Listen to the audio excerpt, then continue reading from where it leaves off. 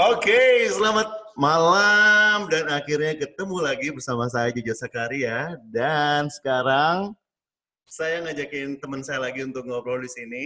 Ada tamu saya, ada Rana Rayendra. Teter tetre.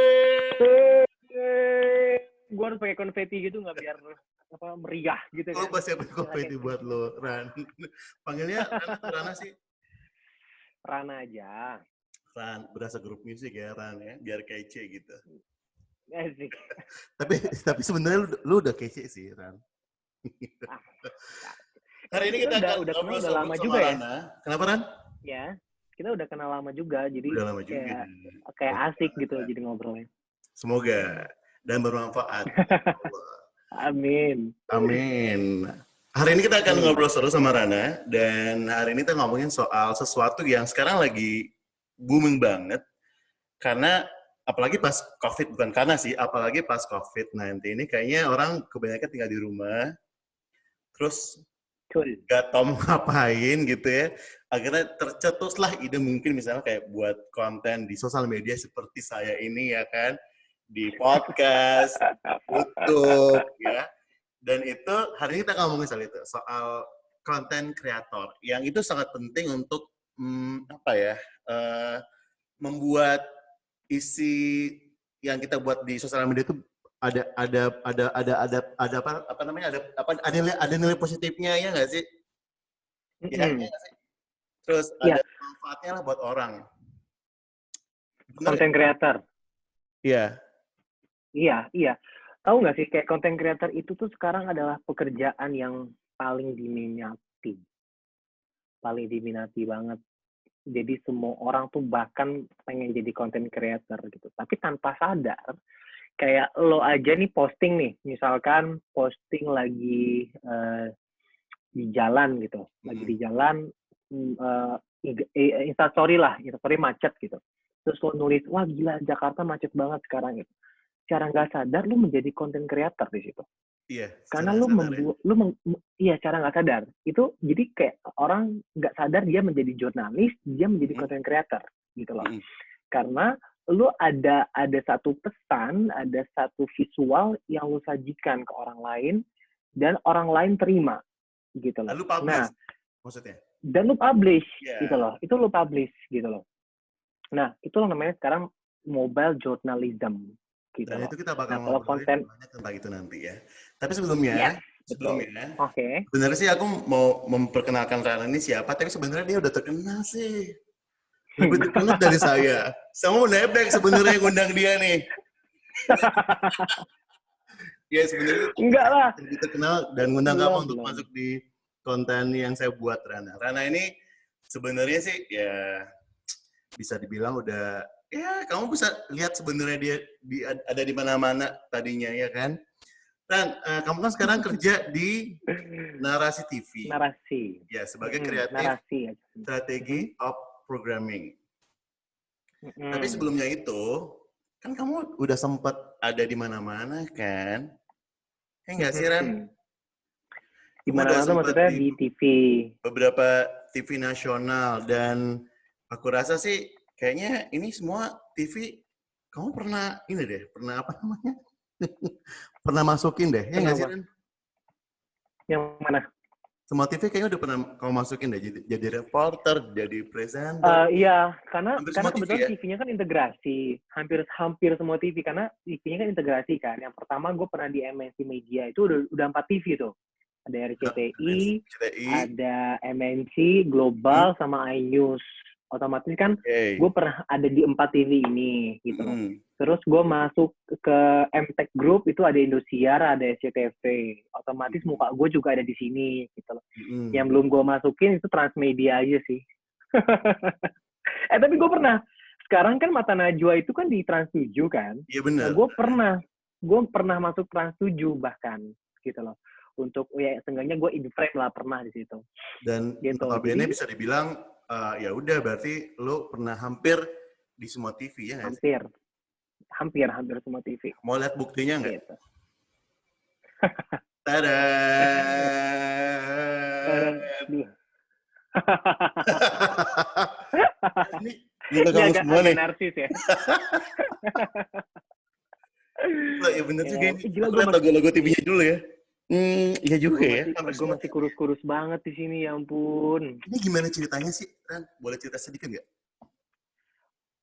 Pengalaman masuk TV Iya, awal. Ini kan awalnya. gampang tahu. Aku udah pernah ngerasain dulu soalnya.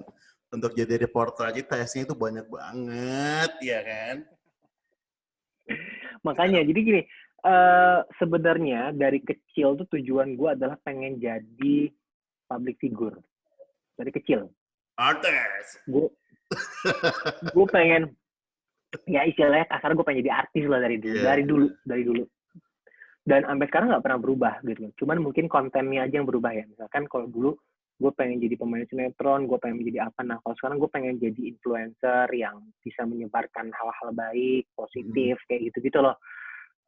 Nah, saat itu, karena gue pengen masuk di, pengen masuk TV, tapi pengen, istilahnya gimana ya, pengen ada value-nya lah. Gue pengen nge-share something gitu loh. Nah, gue rasa menjadi seorang jurnalis itu bisa jadi batu loncatan gue untuk ke mimpi gue, tujuan gue itu gitu. Nah, akhirnya cobalah gitu loh. Kebetulan gue memang udah ngeset. Pas gue lagi magang, itu gue pengen banget magang di TV. Akhirnya gue magang lah di MNC saat itu. Nah, gue memang pilih TV karena gue pengen masuk TV kan. Jadi gue sengaja gue pengen belajar di TV gitu loh. Nah, dengan alih-alih magang. Nah, kalau zaman dulu kan magang tuh lebih gampang keterima ya. Maksudnya setiap perusahaan pasti akan terima anak magang. Beda sama yang namanya kerja. Kalau kerja kan pasti ada pengalamannya, ada salary-nya, apa segala macamnya. Kalau magang kan lo nggak digaji gitu loh. Tapi ya lo emang pengen belajar. Nah, dari situ gue masukin ke MNC CV gitu dari kampus. Keterima di MNC, seneng dong gue gitu. Nah, tapi saat itu gue bukan di TV-nya, tapi di bagian corporate secretary. Karena kan gue PR, ambil kuliahnya. Jadi ke TV-nya tuh TV yang bagian corporate secretary-nya gitu. Nah, tapi kan gue sering bersinggungan sama orang-orang TV gitu loh. Untuk peliputan, untuk apa. Nah, gue belajar banyak. Bahkan skripsi gue aja tentang seputar Indonesia. Skripsi gue. Karena gue saking pengen gitu. Ya udah, akhirnya setelah lulus, gue wisuda, segala macam, gue cobalah ngelamar. Itu gue inget banget, gue masuk, jadi MNC itu lagi bikin, bukan audisi ya, kayak buka job fair besar-besaran. Itu gue ngantri di Kebon Jeruk, Jakarta, di MNC. Masih untuk ngantri? Ngantri. Gue casting casting jadi news anchor saat itu, karena lagi dibuka peluang news anchor. Dan itu banyak, nggak cuma orang yang mau jadi news anchor, ada orang yang mau jadi kru TV, jadi kreatif, jadi apa segala macam. Pokoknya itu besar, kayak broadcasting expo gitulah. Udah gue ngantri. Nah, gue masuk ke beberapa tahap di hari yang sama. Masuk tahap ini, sampai di tahap terakhir gue masuk dan gue lolos di situ. Akhirnya lolos, gue minggu depannya dipanggil lah ke kantor untuk tes cam. Tes camnya langsung di studio. Nah, ternyata keterima, tapi kalau untuk jadi news anchor harus jadi reporter dulu. Iya, emang seperti itu. Ya, dari situlah gue masuk jadi reporter. Tahu nggak kenapa aku nggak terus jadi presenter? Aku nggak sekuat kamu soalnya. Aku nggak sekuat kamu untuk jadi reporter di lapangan. Tapi parah sih. Itu aja. Hard, you know. I know banget. Karena waktu itu aku disuruh minta untuk jadi reporter sebuah acara TV, dan itu kriminal, dan itu harus ngambil beritanya tiap subuh hari di kantor polisi nongkrongnya. Itu aku nggak kuat sih. Aku nggak kuat, dan akhirnya aku nyerah. Aku nggak sekuat kamu. Iya, sebenarnya gue angkat topi banget sih sama teman-teman jurnalis yang sampai sekarang gitu ya, dedikasinya masih tinggi banget sama jurnalis gitu loh. Itu berat loh. Gue berat memang. Gue 2 tahun di TV kan, 2 tahun di TV di dua company yang berbeda. dengan culture tentunya yang berbeda, itu gue banyak belajar justru di lapangan. Dan gue thank God sih, gue pernah jadi reporter. Terima kasih banget. Pulang-pulang harus buat berita, habis itu dimasukin lagi kan, di supervisi iya. untuk gambarnya. Nah, ini relate sama mental gue zaman dulu yang hancur, yang nggak percaya diri. Gue masuk ke jurnalis, mental gue semakin ditempa lagi, ngerti nggak lo? Jadi kayak gue dibentuk lagi, dan akhirnya gue bisa menjalani hidup dengan ya udah santai gitu loh. Karena parah sih pengalaman. Bagus kalau tayangannya ditayangin, kalau nggak ditayangin kita juga. Iya, wah. Belum gue dimarahin sama Korlip, terus dimarahin Narsum, terus produser segala macam. Wah, itu udah sering gitu. Iya. Tapi ya mental gue jadi kebentuk, jadi bagus lah istilahnya. Tapi masa sih Rana pernah nggak pede? Pernah. Kok gue nggak yakin? After gue dibully itu gue sempet nggak percaya diri. Kamu juga sempet dibully? Iya. Jadi gue tuh SMA. Waktu SMA tuh gue dibully. Gue tuh SMA dibully karena dulu gue masuk SMP, itu kan gue SMP swasta, terus masuk ke SMA negeri. Nah, gue nggak tahu sih itu merupakan tindakan bullying apa enggak, karena secara fisik gue nggak disentuh. Secara perlakuan gue masih diperlakukan secara layak gitu. Cuman mereka itu karena mereka banyak geng-gengan gitu loh. Dan gue tuh tipe orang yang tipe cowok yang nggak punya banyak temen cowok. Jadi gue teman-teman gue tuh rata-rata cewek semua. Gitu. Gue termasuk orang yang susah berteman dengan cowok. Gitu loh. I don't know why. I don't know. Mungkin jadi beda kali. Mungkin aja. Mungkin. Karena gue nggak suka sepak bola, gue nggak suka basket, tapi gue suka bulu tangkis, gue suka renang gitu loh. Yang kayak gitu-gitu. Jadi gue mungkin saat itu anak-anak cowok tuh hobinya basket, sepak bola, apa segala macam gitu. Yang tapi umumnya sih enggak. Gitu ya di sekolah ya. Yes, gitu loh. Dan kamu pernah ada di posisi yang nggak enak gitu ya? Iya, jadi gue nggak nyaman berteman gitu loh. Nah, gue juga memang tipe orangnya juga nggak yang banyak teman sih, tapi gue pilih-pilih. Jadi gue banyak sahabat, jadi gue dekat sama ini gitu. Nah, udah dari situ karena gue pernah nggak percaya diri, terus gue pernah ikutan pageant juga. Itu untuk tujuannya gue biar percaya diri, terus terakhir gue jadi jurnalis. Udah, gue jadi. Itu sebelum kamu jadi PR di sebuah hotel ya? Oh enggak, justru jadi PR itu setelah lagi nunggu proses masuk ke TV. Jadi gue cuman 1 bulan. Jadi gue cuman kerja 1 bulan di ada salah satu hotel di Bogor gitu. Jadi gue tuh lagi nunggu proses, karena kan ini biar nggak kosong aja maksudnya, nggak kosong banget. Iya, betul. Jadi kayak namanya baru lulus sih, kayak pengen kesan tuh kayak wow dapat kerja kayak gitu loh. Iya, kesannya biar aku tahu rasanya. Iya, jadi biar fresh graduate, teman-teman kayaknya pengen ada apa gitu kan. Betul, gitu kan. Kesannya kan kalau fresh graduate terus masih nganggur kayak lu nggak laku ya gitu. Bener. Jadi begitu ada kesempatan ada jadi PR di Bogor pula gitu kan, nggak perlu ongkos, nggak perlu apa. Ya udah gue sikat aja dulu. Nah, waktu itu kamu stay di Bogor ya? Stay di Bogor, karena kan udah lulus kuliah. Nah, gue sambil nunggu Jakarta. Sebelum kita ngomongin soal kerjaan kamu sekarang ngapain sih gitu sebagai kreatif strategi di programming di narasi? Aku mau nanya sesuatu deh. Kreatif konten. Kenapa? Kenapa tadi? Kenapa lo mau nanya apa tadi? Ya, aku mau nunjukin sesuatu. Oh, coba. Ya, tapi ini kamu harus jujur jawabnya. Oke? Oke. Gimana? Oke. Aku dikirimin sama netizen sebuah gambar. Menurut lo, mirip nggak? Mana? Lo nggak belum share nih.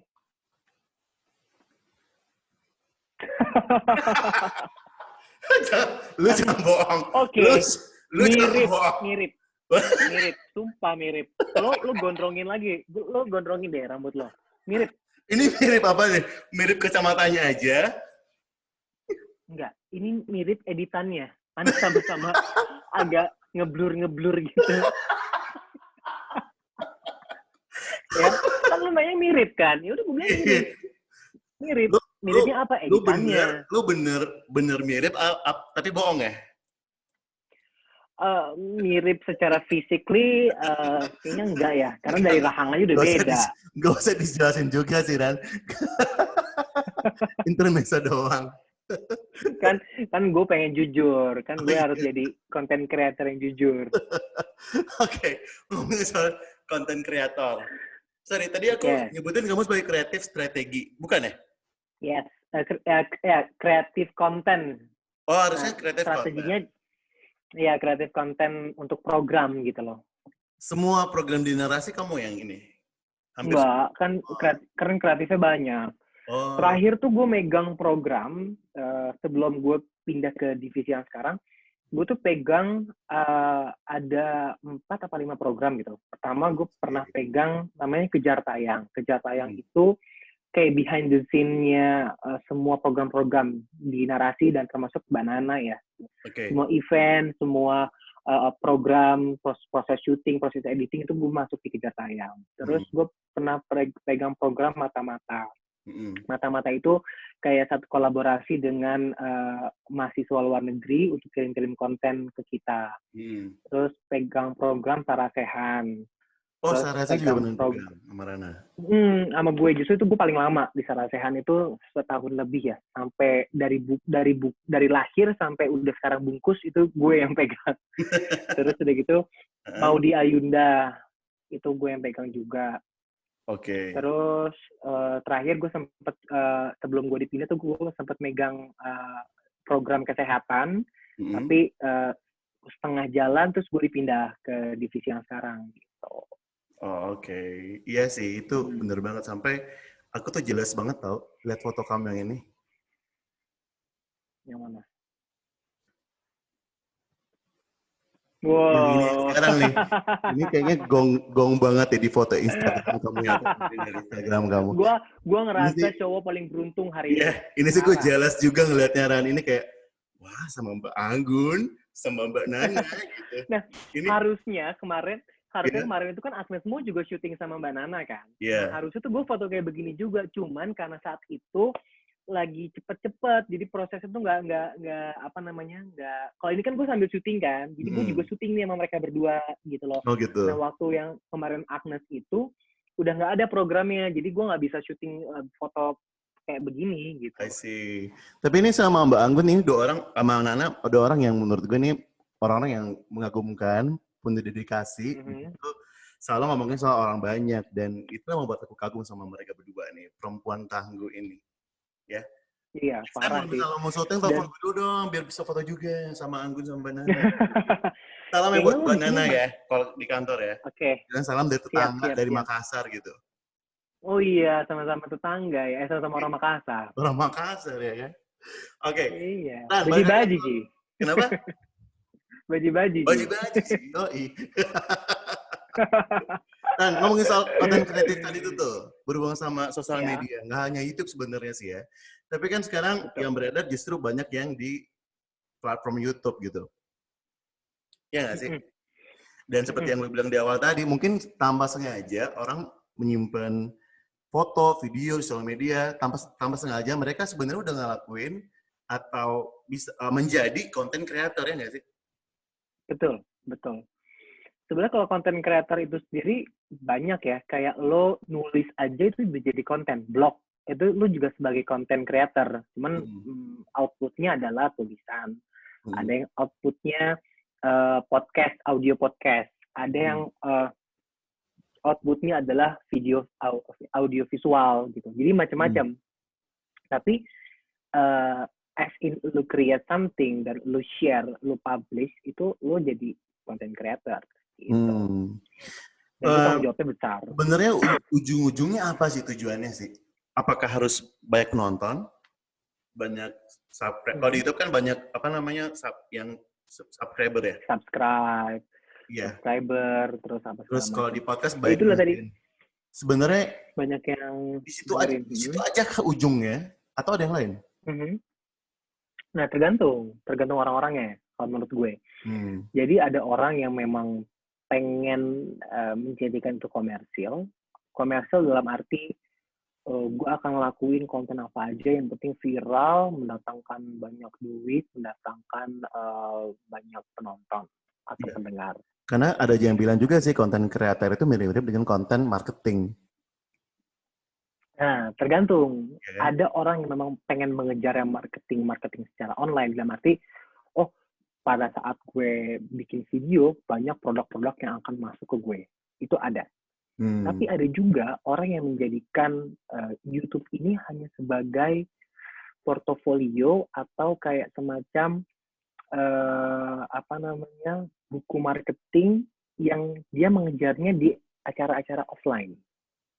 Oh, I see. Gitu loh. Iya. Itu beda persepsi. Nah, biasanya nih kalau orang-orang yang mengejar untuk cuan banget gitu loh, dia akan melakukan segala hal. Dia misalkan lagi konten prank lagi naik, prank semua kontennya dia. Konten ini lagi podcast lagi naik, podcast semuanya. Terus kayak semacam itu karena dia riding the wave gitu loh. Orang lagi apa. Tapi sekarang kan YouTube itu lebih Google itu lebih kompleks mengenai SEO-nya ya, search engine itunya ya. Jadi kayak misalkan lo nyari apa di mana, misalkan lo lagi nyari berita tentang COVID, gitu. Secara nggak sadar, ketika lo buka YouTube homepage lo akan keluar tentang COVID semua tanpa lo harus subscribe mereka. I see. Gitu loh. Kalau tanpa sadar ya. Jadi sekarang subscriber itu nggak jadi patokan. Karena udah berubah banget gitu loh. Nah, subscriber itu justru sekarang hanya menjadi bahan jualan untuk ya, wah subscribernya rame nih. Jadi kalau orang brand mau tap in, klien mau tap in tuh istilahnya terpercayalah gitu. Tapi justru viewers itu ada karena konten kita tuh mengikuti yang lagi rame sekarang. I see. Kalau kayak sekarang yang lagi rame itu kan tentang YouTuber siapa tuh yang Kalista itu kan, Indira Kalista itu kan. Ya. Nah, kayak gitu. Nah, YouTuber itu.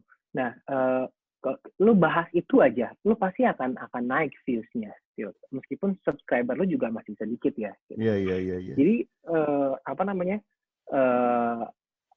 itulah orang-orang yang mengejar uang atau mengejar pencarian itu lewat konten. Gitu. Tapi kan orang yang memang beberapa kasus justru itu jadinya kesana negatif kan? Atau itu sah-sah aja sebenarnya? Sebenarnya balik lagi ke tujuannya dia tuh apa.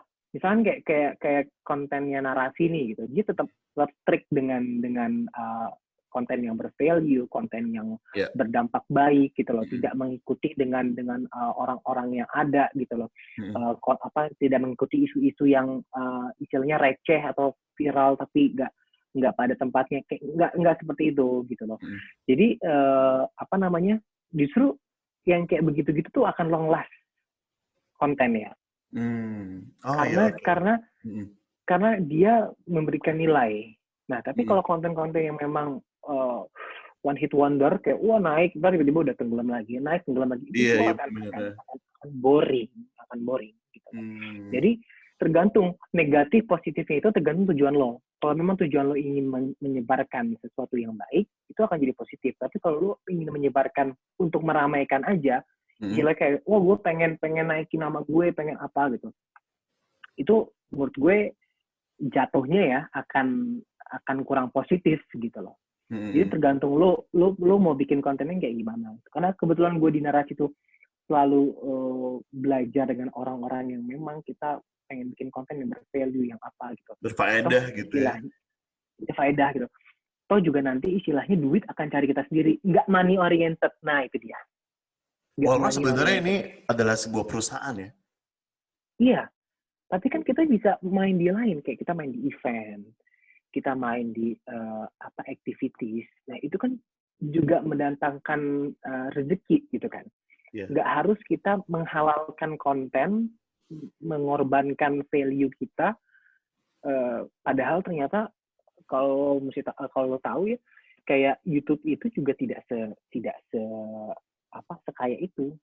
untuk ininya ya, untuk AdSense-nya tuh nggak sebanyak itu. Karena sekarang udah nggak kayak dulu lah, AdSense itu tuh udah banyak perubahan, pencairannya tuh lebih sulit lah sekarang. Oh Karena kan orang gitu. banyak jadi pengen, iya, karena kan sekarang orang banyak pengen jadi YouTuber gitu kan.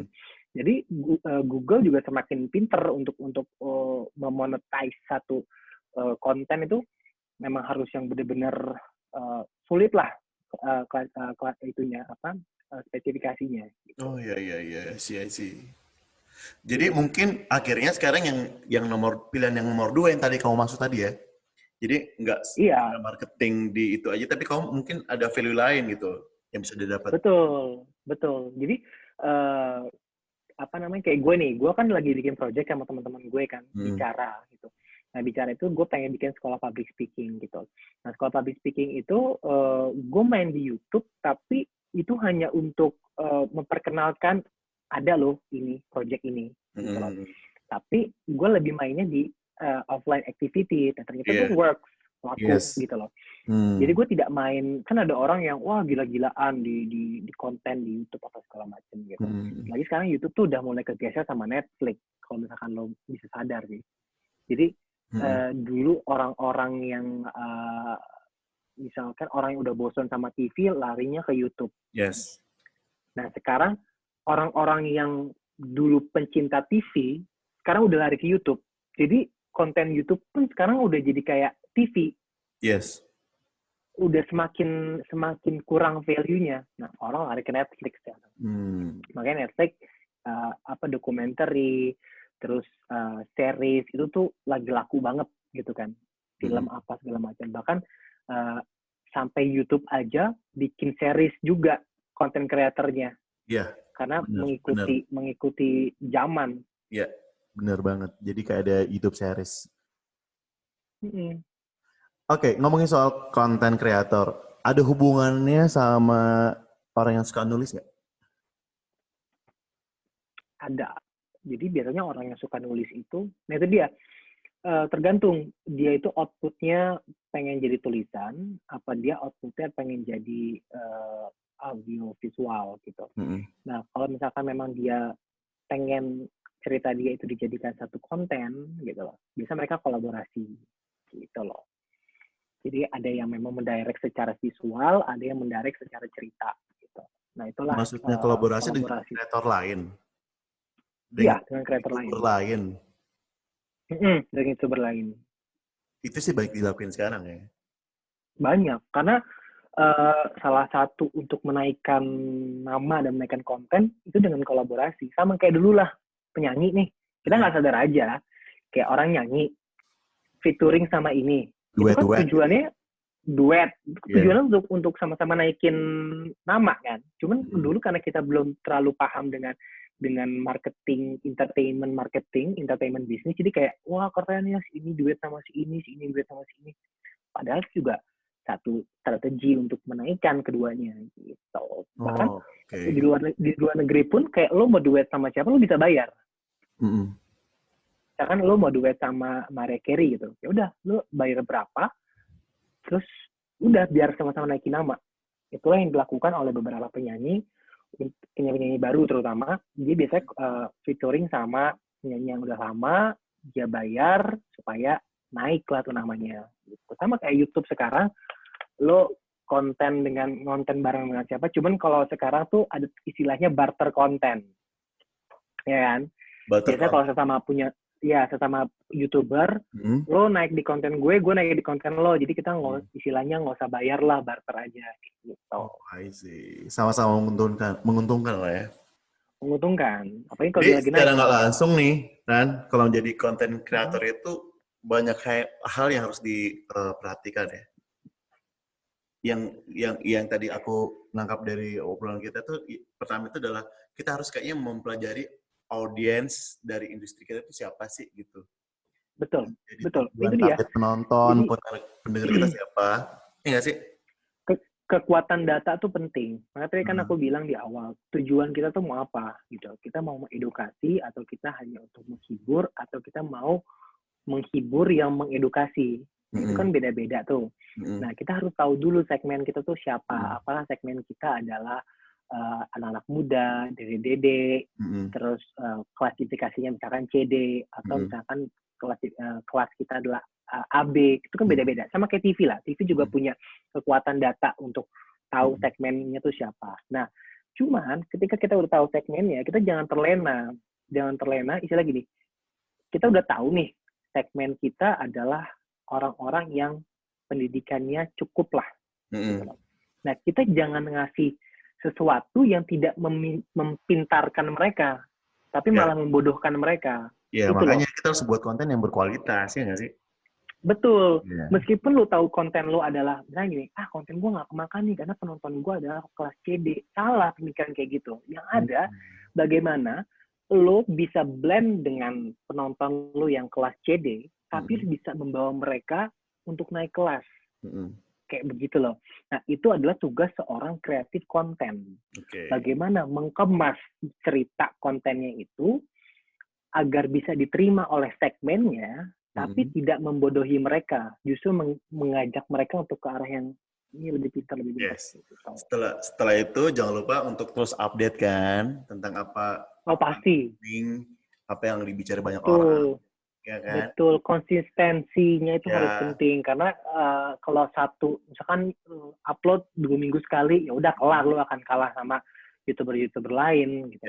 Dan kalau perlu ada kolaborasi seperti yang tadi lu bilang kan dengan konten lain. Nah, ini sebenarnya yang penting juga soal gimmick. Ya. Itu menurut gimana sih? Gimmick itu penting nggak untuk gimmick? Menurut gue penting sih. Itu kan istilah gimmick itu ibaratnya mecin, kalau lo tahu. Jadi kalau misalkan makanan kurang garam, kurang penyedap, itu kan kayak kurang asik ya, gitu loh. Nah, gimmick itulah adalah mecin. Tapi sekarang kan orang gimmicknya keterlaluan ya.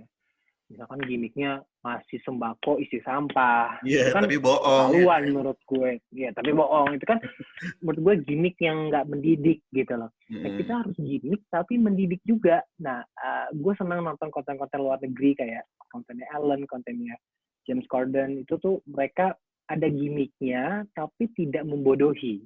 Dan itu nggak lama. Betul, nggak lama. Second dari tayangan itu gitu loh, ngerti nggak sih? Iya, kayak cuman intermezzo biar dikit. Orang dikit, biar orang nggak terlalu bosen gitu ya. Tapi itu justru yang orang ingat, ya nggak sih? Kayak memorable gitu loh gimmicknya. Sebentar, betul. Tapi tiba-tiba ngagetin, terus tiba-tiba direkam gitu sama otak. Betul. Nah, makanya untuk penentuan gimmick itu sendiri, kita berdasarkan apa yang kita tonton dan kita baca sih. Jadi, semakin, misalkan lo konten creator nih, aduh gue pengen bikin gimmick gitu kan. Nah, gimmick itu bisa jadi bagus kalau kita punya referensi yang bagus. Dan sebaliknya, kita punya gimmick yang tidak mendidik, jelek, kalau kita referensinya juga ya jelek gitu loh. Nah, gue nggak tahu tuh konten creator itu yang gimmick sembako isi sampah, itu gue nggak tahu dia referensinya dari siapa sih. Jadi lo udah bisa tahu lah gimana kualitasnya. Kayak gitu. Oke, Ran. Sebelum kita lanjut lagi obrolannya, kita mau istirahat dulu. Sekarang saya mau ngasih kamu kuis nih. Ini juga asik. Gimmick. Gue demen nih. Ada berapa? 5 miliar hadiahnya? Kenapa? 5 miliar hadiahnya ya? Oh, wow. Doain aja nih sukses ya kontennya. Oke, jadi ini sebenarnya tujuannya adalah gue mau menaikkan lagi musik di tahun 90-an. Kalaupun ada yang lihat di bawah gue, di bawah kamu juga, maksudnya anak zaman now, anak zaman now namanya apa sih? Generasi Z ya. Oke, ini memperkenalkan kembali musik-musik di tahun 90-an. Aku rasa sih kamu bisa tebak nih, soalnya gampang banget pilihan list lagunya. Oke, kamu siap? Siap. Kamu perlu semedi dulu nggak ya? Nggak usah deh. Gue perlu tahajud dulu nggak? Oke, siap ya? Oke. Siap ya? Oke. Lagu yang pertama. Anyway, sebelumnya aku mau tahu, ini tuh yang nyanyi gue. Wow. Jadi jangan ketawa ya. Wow. Ini sebenarnya usaha untuk tidak ada apa namanya pelanggaran lah, ya. Soal hak cipta ya nggak sih? Oke. Oke, lagi yang pertama ya. Nah, oke. Kalau kekecilan bilang ya Ran. Oke. Oke, ini dia. Tapi meskipun kekecilan kedengeran, nanti juga akan kena itu loh. Kena apa? Ya apalah itu pokoknya.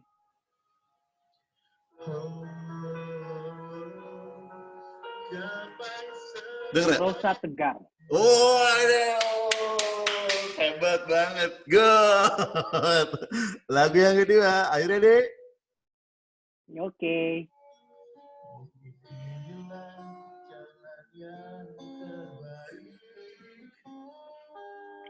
Padi kasih tak sampai.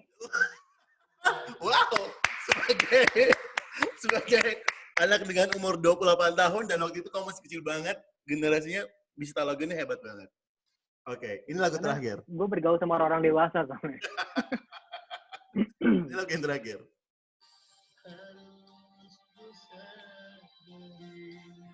Kurang dengar. Kekecilan. Kekecilan, sumpah.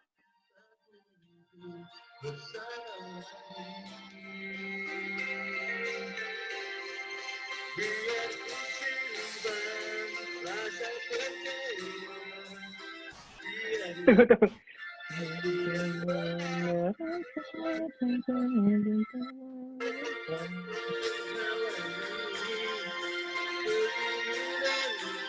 Lagunya Mayang Sari ya, tapi gue lupa apa judulnya. Biarkanlah, bukan. Masih salah.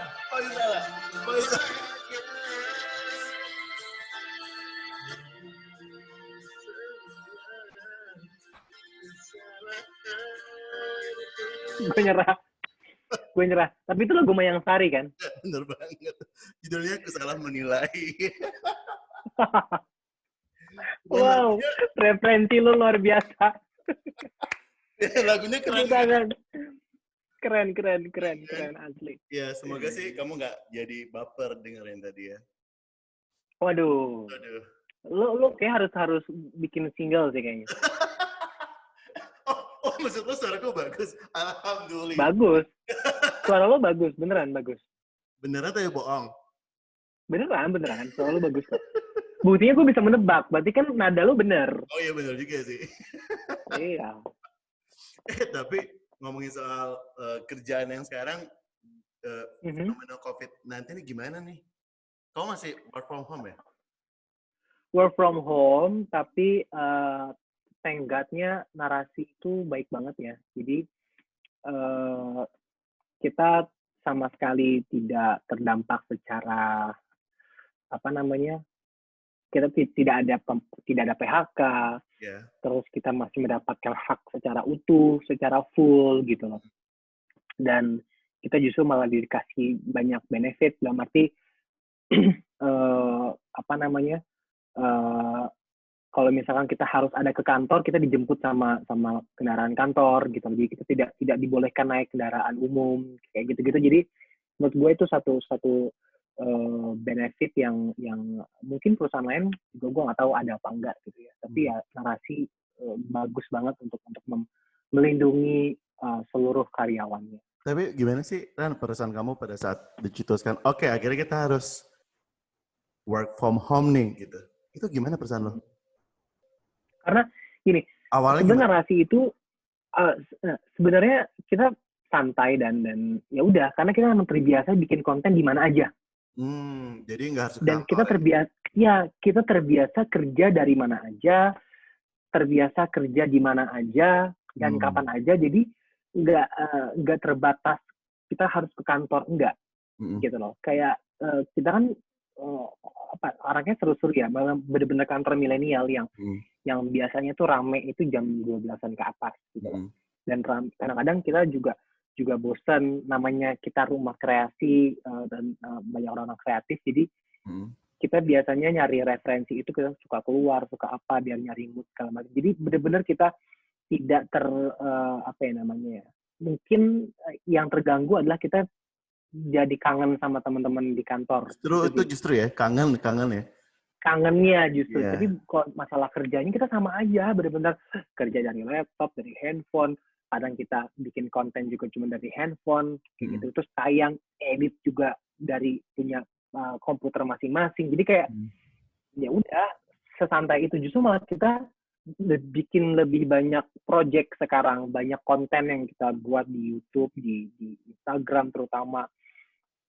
Seperti itu gitu loh. Mungkin yang terdampak adalah kita jadi nggak bisa ketemu teman-teman, yang tadinya meeting itu jadi seru karena kita berhadapan secara langsung, tapi sekarang kita meetingnya via Zoom seperti ini, gitu-gitulah. Mungkin itu yang terdampak. Kalau secara pekerjaan kita enggak, malah makin kreatif, karena kita jadi ditantang kan, wah dengan keterbatasan di rumah aja kita bisa bikin konten apa. I see. Ngomongin soal hobi, kamu suka nyanyi nggak sih? Atau karaoke gitu atau apa? Gue pernah punya single by the way. Serius? Wah itu gue nggak tahu, Rana. Gue pernah, ini ya, cita-cita gue kurang explore nih kamu nih. Gue kelewatan satu ini. Cita-cita gue yang belum tersampaikan dari dulu sampai sekarang, gue tuh pengen jadi penyanyi, cuy. Masa sih? Aku belum cek. Ya. Kamu juga nggak pernah bilang sih kamu single. Nih, gue jadi jurnalis pernah, itu mimpi gue. Gue jadi pemain sinetron pernah, itu mimpi gue juga. Main iklan gue pernah. Kalau itu aku pernah lihat. Yang nyanyi ini gue nggak ngerti. Itu kapan, Ran? Itu 2012. Gue masih kuliah bahkan. Jadi gue tuh awalnya itu pengen ikutan audisi Yovie Nuno nyari penyanyi baru. Oh, I see. Iya. Gue merekam lah suara gue gitu kan. Nah, ternyata gue merekam kayak, lu pernah tahu nggak sih Studio Wannabe di Jakarta itu? Iya, tahu. Ya, kayak gitu. Jadi kita bisa merekam suara sendiri, terus kita punya CD gitu. Iya. Nah, itu ada di Bogor. Tapi namanya bukan itu, gitu loh. Nah, terus di Bogor itu, gue,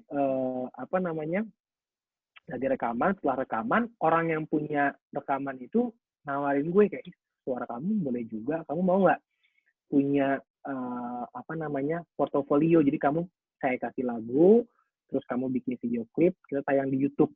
Tahun 2012 gue udah main YouTube, cuy. Iya. Jadi saat itu gue berpikir gini, apaan sih YouTube, orang nggak ada yang nonton, orang susah nontonnya gitu. Tapi ternyata dia visioner.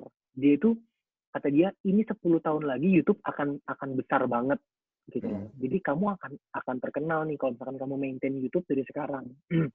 Tapi gue nggak dengerin dia. Jadi gue hanya bikin musik, terus gue bikin satu video klip, terus ada video klipnya? Ada video klipnya. Dan propertinya itu gue kasih ke dia. Jadi itu bukan hak cipta gue. Jadi gue nggak punya manfaatnya. Belum ada di YouTube? Itu. Udah di YouTube sekarang. Ada loh, kalau search Rana Rayendra ada video klip gue. Harusnya cari dulu ya, tadi ini sebelum wawancara. Saya nggak tahu soalnya. Biar ntar netizen yang nonton ini jadi cari sendiri. Coba keywordnya adalah Rana Rayendra.